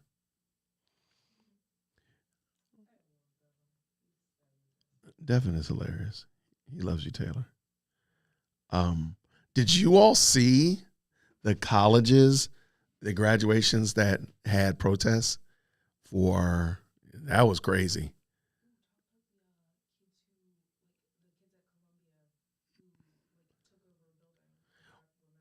Well, now they're actually protesting at their graduation. So now we're at we've deteriorated now to disrespecting their actual graduation. I think it was at Duke. You're protesting at Thanksgiving dinner. At Duke, I think it was, and I want to say Virginia Commonwealth University. Like, that was craziness. And again, I'm going to say it again. Graduation is off limits, in my opinion. And I think it's interesting that this is the class. This is the COVID class. So men and women that are graduating from college today or this week or whatever were more than likely high schoolers that had to graduate in their living rooms. There were high schoolers that had to graduate in quarantine. So they've never actually had a real graduation or one that didn't have controversy. VCU students walked out on the speech by Governor Youngkin. Sad for the parents who paid for their education. I agree. Same thing at Duke. I saw that Duke one today. I'm praying they don't do that at Morehouse. I'm praying. I don't think they will, but I'm man. I'm sorry, baby. Yeah, I don't get it. But I did see, like, in Chicago, downtown Chicago, some protesters literally took down the American flag and raised another country's flag. To me, that's a lap too far. That is treason. I concur with Chief Executive Secondborn. That's treason. Jason, question. When you see your old alma mater, how much has the campus changed? Mind-blowing or the same as usual? Okay. Great question, E. Todd. All right, so yesterday I went to Morehouse. Got my Morehouse hat on, by the way, and my Morehouse sweater. So I went to Morehouse. I will say, I'm going to answer your question two different ways. Campus facility, physical facility-wise, I'm blown away with what they've done. The campus looks fantastic. From the way they're taking care of some of those we got some very old dorms. There's dorms that are super old, and they look well taken care of. The actual physical grounds look great. So I'm very impressed with the way Morehouse looks. Kudos to the school. Kudos to everybody that takes care of dear old Morehouse. That red clay hill is well taken care of. Now, as it relates to how my alma mater has changed in philosophy and ideology, it is heartbreaking. It is heartbreaking because we no longer appreciate contrary ideas and thoughts. And I know it because I have so many brothers and sisters from Spelman, brothers and sisters who are dyed-in-the-wool liberal, and they themselves even feel that the schools have gone too far and not even allowing contrary thought, allowing people to hold an idea or philosophy or thought that is contrary to the larger zeitgeist. So as it relates to that, I feel like it's sad to see because at the end of the day, we're just marching into the meat grinder. We're just marching willfully into the mall without even trying to stop the progress, halt the movement, and even, goodness gracious, reverse the trend. So in that regard, I hate to see it, but I, as an alumni, as one who has walked those halls, I feel like that is a fight that's worth fighting for, to get people, to wake people up from that malaise, to wake brothers up from the foolishness, to see that we are being hoodwinked and bamboozled by ideologies that are contrary to what we ultimately want for our flourishing and thriving. So in that being the case, it is kind of mind-blowing, but I think it's worth fighting for. I do think it's worth making noise about. Anything else? People aren't taught to critically think. Let's just stop right there. Enough said. There's no, look, everybody type Rebecca in the chat because that's right there. That's gospel right there. I ain't saying Rebecca preaching. I'm just saying that was some good teaching right there. We are caught up in our emotions and feelings. Matter of fact, I have a video it's an old video. Candace Owens interviewed Mark Lamont Hill. And y'all probably seen this, where Candace Owens asked Mark Lamont Hill, can a man get pregnant? And he says, it depends. And he proceeds to go into this long diatribe, and everything he said is feelings, emotions, feelings. And Candace is going at him about facts and more facts. And he's only talking about feelings. So I have that video. I was going to do a reaction to his response to that because Candace and him had an interview. And then he did a response video trying to justify it. And it was horrible. It was absolutely horrible. So maybe I'll do that, but it's so dumb. Mark Lamont Hill is just such a horrible thinker. But even more recently, if you all watch the video of Nathan Wade talking with ABC, doing that interview, listen to how many words he uses that are feeling words. They're all over the place. They're all over the place because they don't know how to think. Well, I'm sorry. They know that nobody's going to ask critical questions, so they can just base their answers on feelings and thoughts and machinations and not on facts and not on reality. So excellent question, Rebecca, or excellent comment, Rebecca. Thank you. Raising another country's flag is what happens when civics is poorly taught in schools. Amen? All the amens. Like, I guarantee you, as sure as my name is Jason, they would not allow that to happen. Well, I can't say that. I don't think they would allow that to happen at Morehouse. But anything, I wouldn't be surprised. I would be saddened to see it, but I wouldn't be surprised at all. But you are correct. I saw trans men walking through the arch at the last Spelman reunion. What? See, y'all. Wait, pull that back up. All right. Most HBCUs, if you're not a person of high melanin, I'll just give you a little insight. Historically Black colleges and universities have a lot of traditions, lots of traditions that, dare I say, borderline on idolatry, okay? There's some things that we do at Morehouse, some things that they do at Spelman that borderline idolatrous, okay? But they're just because these are what our parents and our grandparents and our great-grandparents did.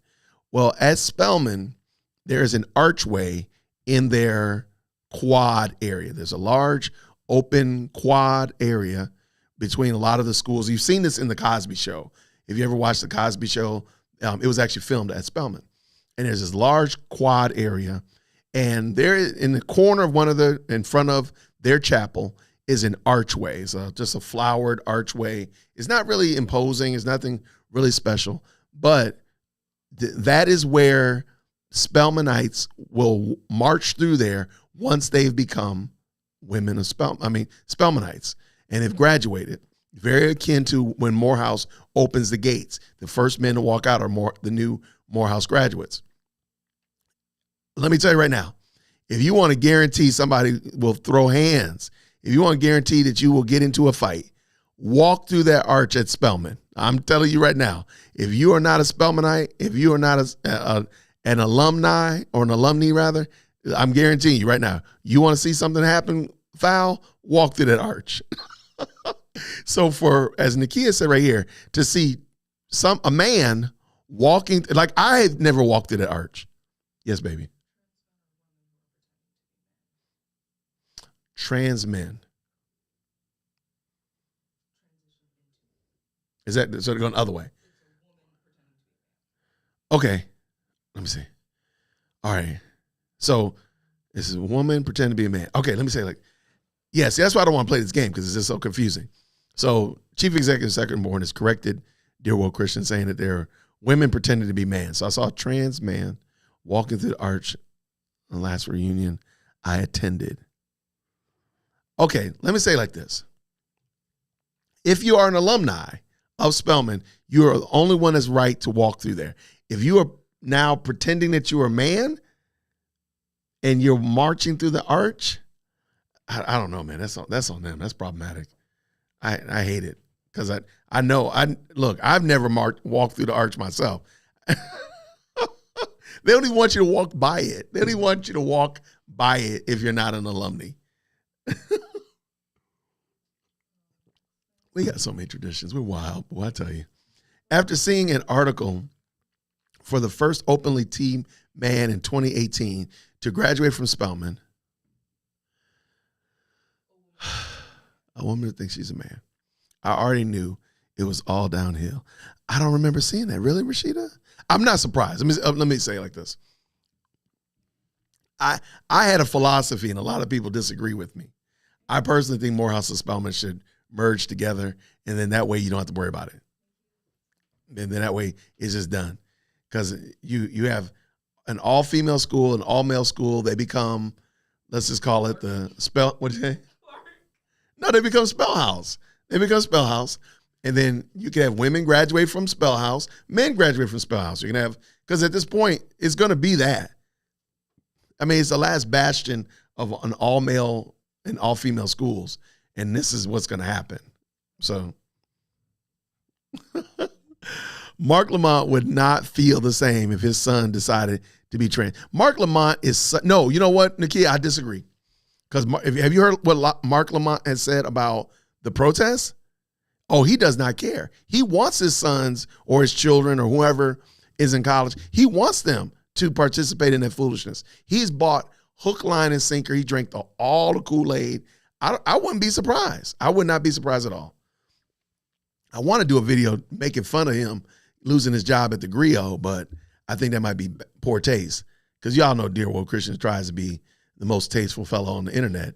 So I might actually do it still, because I mean, it's funny. Like him and Ebony K. Williams both lost their positions on the Griot because nobody cares about their content.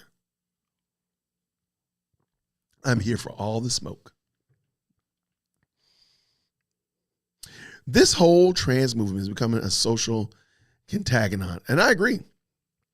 It's a way to, when in a society where people, again, in that when we're coming out of a melting pot society where we're all thinking the same thing, we're all working together, and people want to be unique. So this is a way to give you that uniqueness, and nobody can argue with you. Now that they've made it, basically you can't argue or challenge my uniqueness because I believe I am XYZ. So therefore, I think it's the ultimate vanity project. Truth be told, I think it's the high watermark of Pride of Life. And that's it. So we've made Pride of Life a literal, I mean, it's you can see it in 4K now. So I agree with you 100%. Excellent comment, Rebecca. Thank you so much. Yes, my love bug. Mark would consider it to be a privilege. Oh, see, because he spins it like that. Mark Lamont Hill is a lost man. He's what happens when you have more education than you have salvation. He's exactly what the reason why in Romans it talks about, like they give hearty approval to sin and those that continue in it. Like he has no problem with it. And so he's exactly what the problem, he's exactly he's going to be the poster child of the foolish next season. I mean, because Mark Lamont Hill refuses to acknowledge that he's, one, that he's a sinner, and two, that he's participated in giving hearty approval to sin. All the smoke, Mark Lamont Hill, dearwokec@gmail.com. I got no problem with it. What, you just want to put that up? Yes, women who are pretending to be men. You are right, second born. Everybody type second born in the chat. Go ahead and give Taylor a little bit of shine so she can smile over there with her big smile. Go ahead and give her, please make her smile. Put second born in the chat. Dad and mom are raising you right. Go ahead and put it, baby, I didn't even know what was going on. So are you coming over here? No, they didn't want to see your hand. Come on, let them see you. Come on over here, just smile. Say hi. Just say hi real quick. Hello. There you go. Thank you, baby. Shout out to the green shirt matching with the decor. Shout out. I don't know where you got it from either. I think it's from your mom. I think it's from your mom. I love it. All right. We got any other commentary?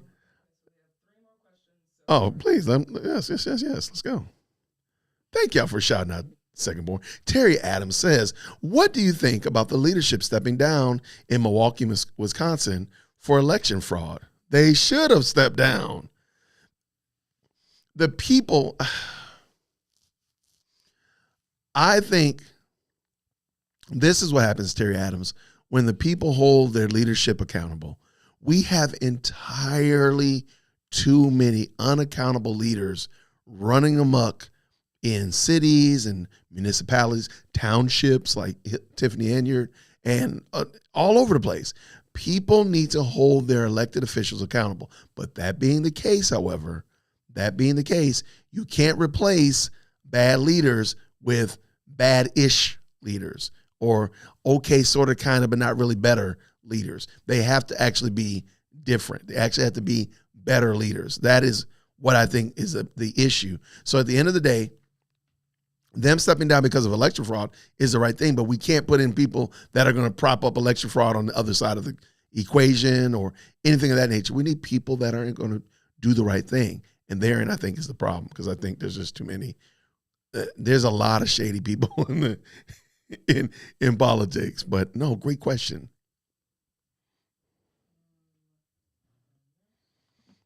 Oh, what I missed? I'm sorry. What's going on, Grant? What's happening? Are anti-white racial slurs actual slurs, or are they just words? All right, let's talk about that. All right. I have an opinion about racial slurs and slurs in general. Slurs in general. I don't believe that words, and you might say I'm of the ilk, sticks and stones may break my bones, but words will never hurt me. I don't believe that words have to have the power that we give them. That being the case, the onus is on the one who's being slurred to ignore said slur. If I called Grant Fikes a purple dinosaur, well, you would just ignore that. And even it doesn't matter how much I would yell it.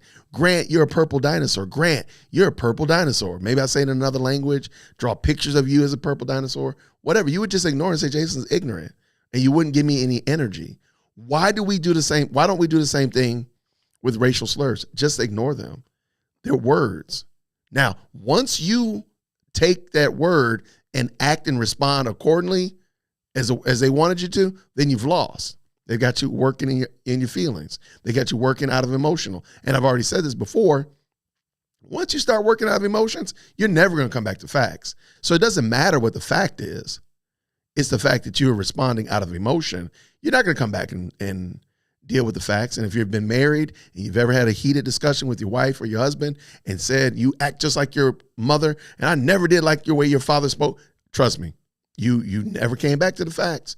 You never came back to the fact. You insulted them about their parents and went downhill. So we can ignore racial slurs. Now watch this also. On the other side of the equation, why are we doing that? Why do we use racial slurs? Why do we do that to a person? Whether it be an Asian person, a Latin person, a black person, a white person, it doesn't matter. Why do we do that? Why? And therein is the problem. It says more about me using a slur than about you receiving a slur or ignoring my slur or even responding to it. It says it's about me. And it says something about me and my character. And I think if we held people to that, we wouldn't have to worry about that. But I just ignore them, like whatever. I mean, for crying out loud, I'm a black man that says that MLK was not a Christian. Come on. I think I'm good with the commentary. You know, whatever. But you still ain't addressed my problem. MLK ain't never preached a gospel message ever. So catch me outside. DearWokesy@gmail.com. Thank you, Taylor. He said it's something else. I'm a purple and cyan fox badger, not a dinosaur. There you go. See? But see, if I call you a purple dinosaur, don't you see how insulting that is? But see, you don't have to respond to it because you're better than that. You're a better person than me. There it is. I mean, I can look right here. I have them right in front of me, don't I?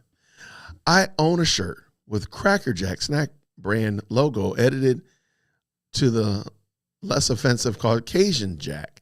I think my relationship with anti-white slurs is very Stockholm Syndrome-y. I mean, I personally think that, and personally, my approach to racial slurs is probably akin to like 80s and 90s comedic stand-up comedy. They just use terms. And I'm just like, I can choose to ignore that. I can choose not to listen to it. I can choose to go crazy when somebody says it. I can choose it, or I can just be like, whatever. I don't have to participate in that. So to me, I think most of us need to go back to y'all would do well to go listen to some 80s, 90s stand-up comedy because they were horrible in this regard. And then from there, move differently and say, you know what? I'm just going to ignore that. I choose not to participate in that. I choose not to be offended by that. You don't have to be offended. I know that sounds crazy. You don't have to be offended. And being offended is not noble, by the way. I know that's going to get a lot of people upset. Just because you're offended by something doesn't mean that you're righteous. That doesn't mean that you're a good person. That doesn't mean that you're right even. Because you could be wrong about whatever it is, but they just use a slur to tell you it. And so because you're upset about the slur, still don't make the fact that you're wrong about what you were doing. Look at that. Oh, thumbs up. Go on, give me that thumbs up. Is it doing it? There it goes. That is so interesting. Whoever came up with that is hilarious. All right, any other good ones, buddy? Oh, are there men pretending to be women at Morehouse? Yes. Yep. There are. I hate to say it. There's a lot of them, actually. There's probably more over at the house than there are at Spelman, than the other way at Spelman. Sad. But that's part of the cultural shift. I do believe that there is a war on men of high melanin. I do believe there's a war on black men. And by getting black men to buy into this zeitgeist, to buy into this ideology and this thought process, it only further corrupts society in a way. Because again, with men, strong men not being in the mix, strong men not being able to make decisions, strong men not being able to participate in leadership, I think we have seen what that brings to us. So.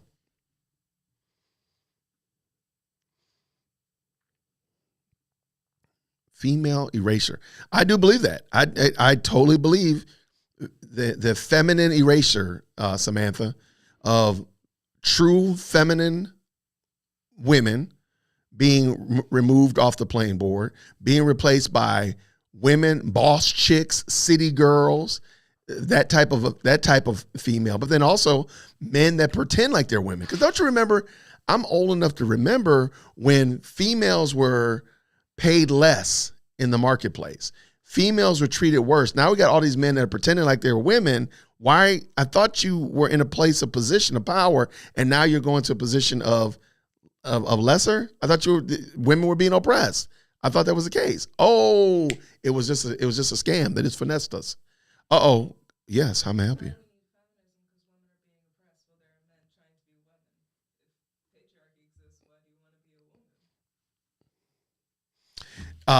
Chief Executive Second Born said, if patriarchy exists, why do you want to be a woman?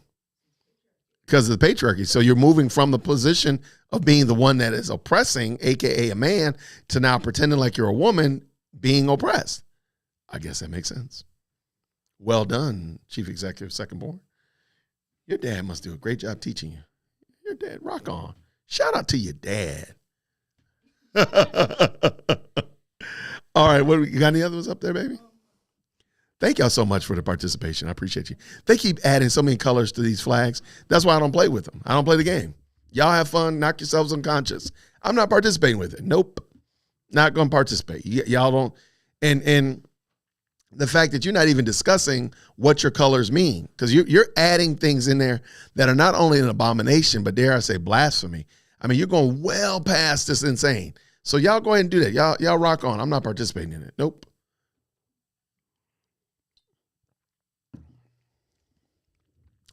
Q says the interesting thing is I think they want us to think it's female erasure, but it's really male erasure. Not to saying that letting men play pretend is not a problem.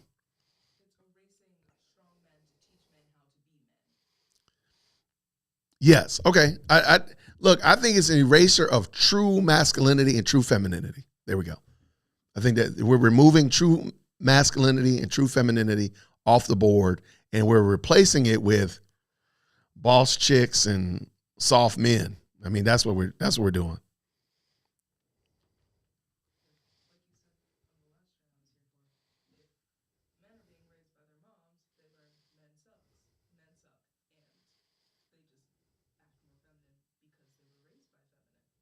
I agree. Oh, no. Chief Executive Second Born wants me to know that she pays attention to Dear Woke Christian, and you don't watch. This is the most video you've watched. Period. You little person, get out of here. I love that girl. All right, what we got? Taylor, you are correct. That somebody actually shouted you out, Taylor. Oh, yes, I agree with that too. Men can't be men and women can't be women. To be masculine is to be toxic. Well, I'm over here being toxic. I'm toxic. And Mark Lamont Hill is soft business. So there you go. I'm here for it. All the smoke. DearWokeC@gmail.com. All right. Is there any other good ones, my love bug? Trends don't last always. That's why they're trends. I agree. And I think that's why, but the problem is, I think we've broken society, and I think you're referring to the trend of this whole war on femininity, masculinity. The problem is we've removed critical thinking to the point that you need to think critically in order to bring it back. And I don't know if we're able to think critically and robustly about a topic without feeling challenged, without feeling threatened, without feeling hated and all that kind of stuff, just because somebody's challenging your thought process, which would ultimately bring you back to a right standing and a right understanding of proper roles and distinctions in society. So I don't know if we can come back to it from it, though. I do think it's a trend, but I think this one's not going to end like bell bottoms and afros. This one's going to hang around and linger a lot longer than just a trend, in my opinion. All right. I agree. But these trends are ones that may not be able to be reversed. Oh, we said the same thing because we are now castrating kids and young adults. We haven't even talked about that. Absolutely. Yes, President, Chief Executive, Second Born.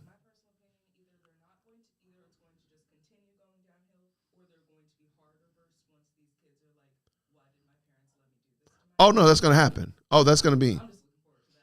No. So Chief Executive Second Born said it's either going to continue down this path, there's going to be a hard reset. But the problem is, I think we're going to, because society, we are in a Marxist society where there must be conflict at all times, then we're going to see the children suing their parents because they did this to them. And there's going to be a new conflict in the home, which is my mom, my dad made me a boy, made me a girl, and now I want to sue them, or I want to attack my parents because they did this to me, which would be right in the regards of trying to return back to where you are, but it's going to be wrong in the attacking of the family. This is another assault on the family. But we should never allow this in the family in the first place, in my 2 cents.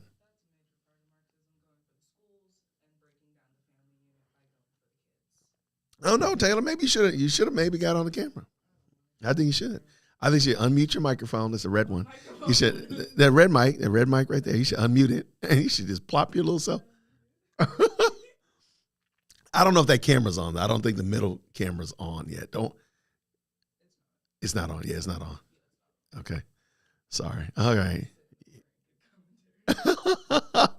Taylor's just going to add color to commentary. You can take Q's comment down. Thank you, baby.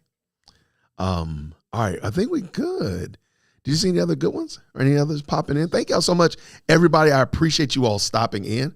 I appreciate the love. Thank you so much to Gene Lee for dropping those 5 memberships. I appreciate everybody who did get a membership. Thank you so much earlier for Retire, dropping the RICO Defense Fund super chat. Thank you so much. Does President Firstborn know how to break in here yet? She might actually be watching at home, but she was doing homework. You don't think she's watching? Okay. Text her and tell her to chime in. Text her and say, you should check in on Dad's live stream. Hurry up. All right. It's sad because women are going to let time go by and lose their ability to become mothers, all in the name of feminism. Now, that is an unequivocal reality, Samantha. I've been saying this for a long time. I don't want it to sound like a red pill channel or anything of that nature, but I do agree that this is a movement that is ultimately causing women to push childbearing further down the road to the point that they're going to end up not being able to have children. They're going to have complications with having children, or only be able to have one when they could have had more. But then even worse than that, please understand that there's still the dating pool, the marriage pool is much more robust in their early years than it is when they're 35, 40 years old. Ask Ebony Kate Williams how that works out. So I agree. I might have to do another show on that. Rico. Yes. What did you say, my love bug? Oh, okay. She texted her sister, told her sister, come on through, holla at Dad's live stream. Todd, your daughters are too cute. Bring them on, Jason. I'm trying, man. I'm trying to get them to come on and holler and share their insight and wisdom, all that kind of good jazz.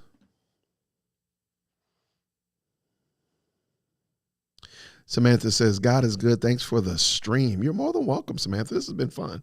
I'm enjoying this. I enjoy having a conversation with you all and, of course, answering questions that you might have. So this is great. Thank you.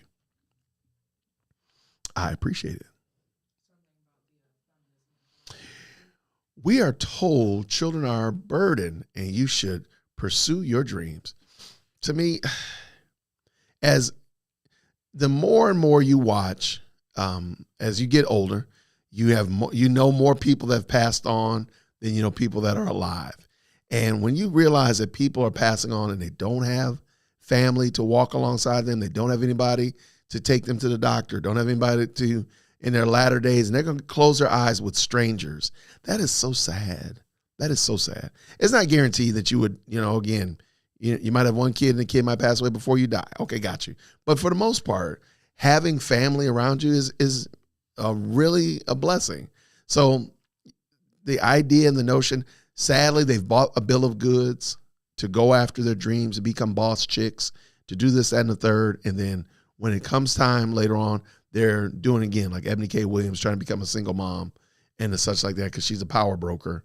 But she's broke emotionally. She's broke spiritually. She's broke socially. But yeah, sure, you make a lot of money. That's great.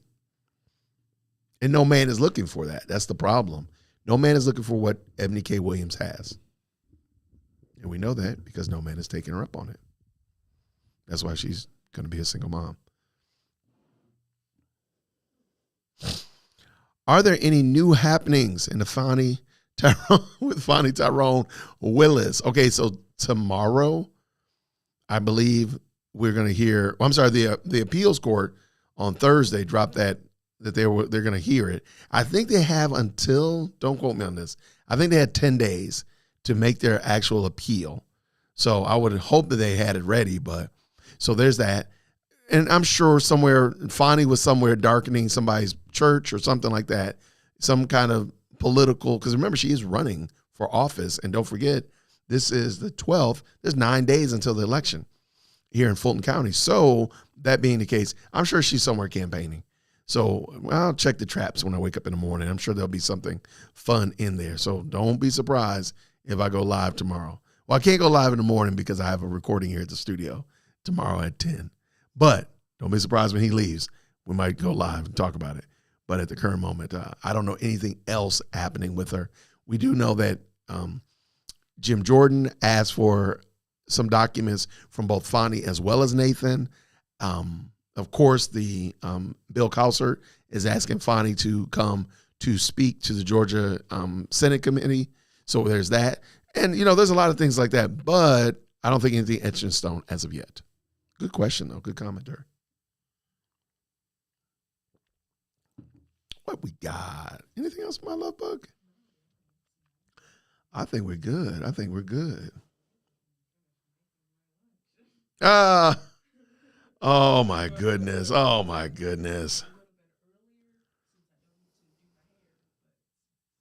love Taylor. I love that girl. All right.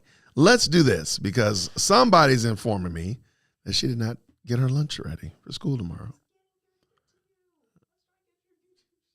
I got a feeling. I'm not taking responsibility for that, Taylor. I'm not taking responsibility for that.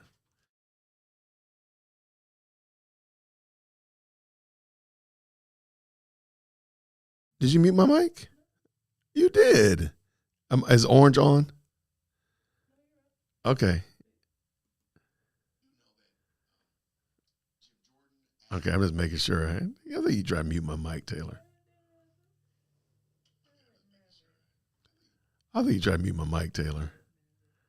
Yo, this girl's a trip. I appreciate everybody. I don't have anything on the schedule because we have a lot of activities for President Firstborn this week, as well as my family's going out of town. You're going out of town next week or this weekend? Next week. So we got a lot going on, but keep your eye on the channel. I'll make sure I let y'all know ahead of time when I go live. I do want to go live on Tuesday for sure, but I might do it tomorrow. Say again, baby.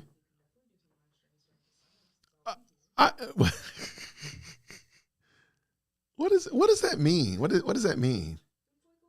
Why do you do that? My daughter's crazy, y'all. What have we done? What have I done?